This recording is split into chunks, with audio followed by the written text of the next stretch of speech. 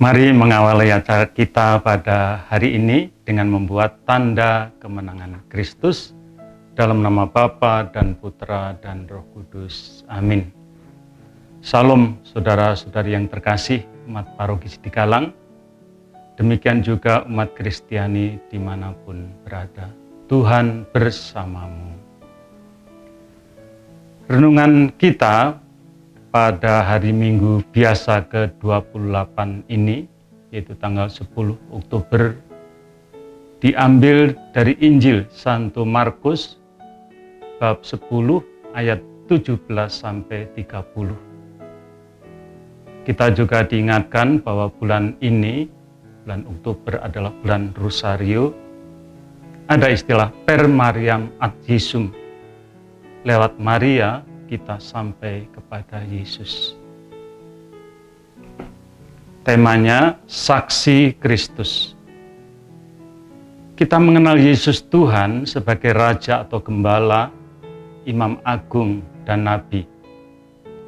Pada bacaan Injil hari ini, Tuhan Yesus Sang Gembala bertindak sebagai guru yang mengajar kepada para murid-Nya.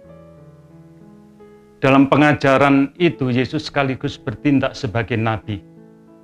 Sebab kita tahu ajarannya sangat berani, tegas, dan keras atau blak-blakan.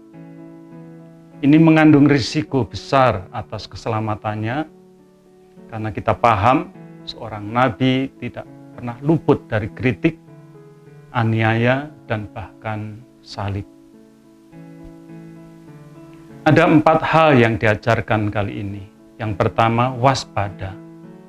Karena Yesus, para murid akan selalu ada dalam tantangan dan bahaya.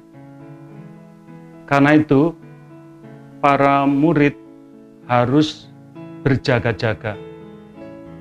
Ya, harus berjaga-jaga dalam pikiran dan hati, supaya kita tetap tenang, teguh dalam komitmen, dan teguh dalam mengikuti jejak Sang Almasih.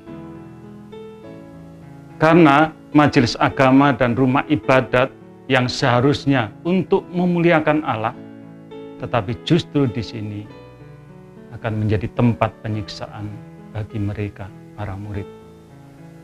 Yang kedua, kesaksian. Yesus menjadi alasan hidup kita. Karena Yesus, para murid akan digiring dan diadili oleh para penguasa. Tetapi, sabda Tuhan, jangan khawatir, karena Roh Kudus akan dikaruniakan kepadamu. Saat itu juga Roh Kudus akan berkata-kata di dalam kamu tentang apa yang harus kamu katakan. Karena Yesus, maka akan ada percekcokan dalam keluarga antara ayah, ibu, dan anak. Ada yang akan dibenci, diusir, disiksa, bahkan sampai ada yang dibunuh. Sudah banyak contoh bukti hingga sekarang ini. Karena percaya Yesus adalah Tuhan dan Juru Selamat, banyak saudara kita yang mengalami perlakuan menyedihkan seperti itu. Karena mereka tidak rela jika anggota umatnya ataupun keluarganya berbeda keyakinan dengan mereka. Maka disitulah terjadi penyiksaan dan sebagainya. Yang ketiga, ajarannya adalah jangan takut. Pesannya, kamu jangan takut. Kalau kamu harus takut, takutlah pada Allah yang bukan saja dapat membunuh badan, tetapi juga membunuh jiwa. Tetapi kalau kita mendalami hakikat Tuhan sebenarnya, dalam diri Yesus, Tuhan bukan ingin ditakuti, tetapi ingin dicintai.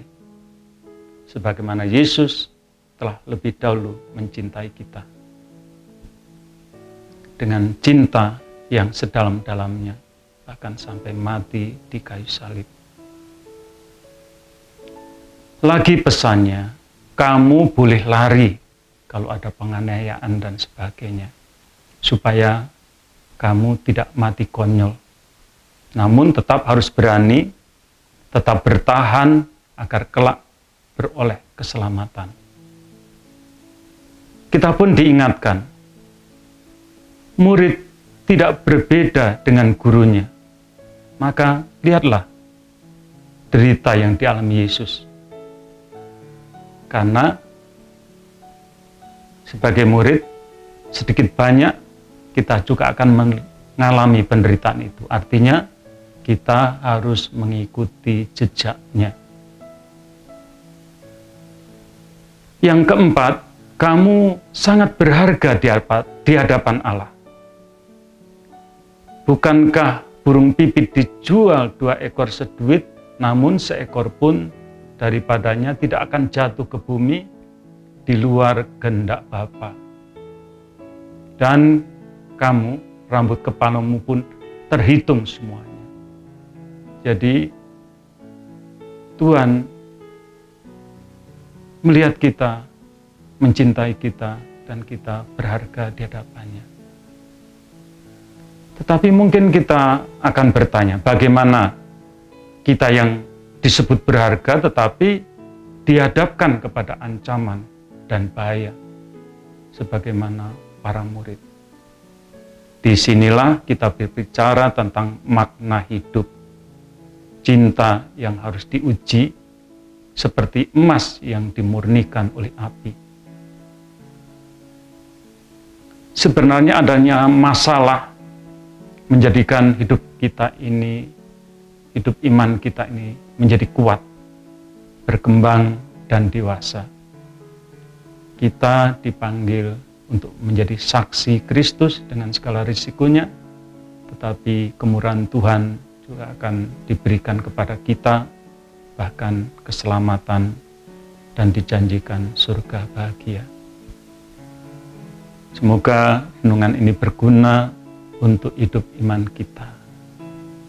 Amin.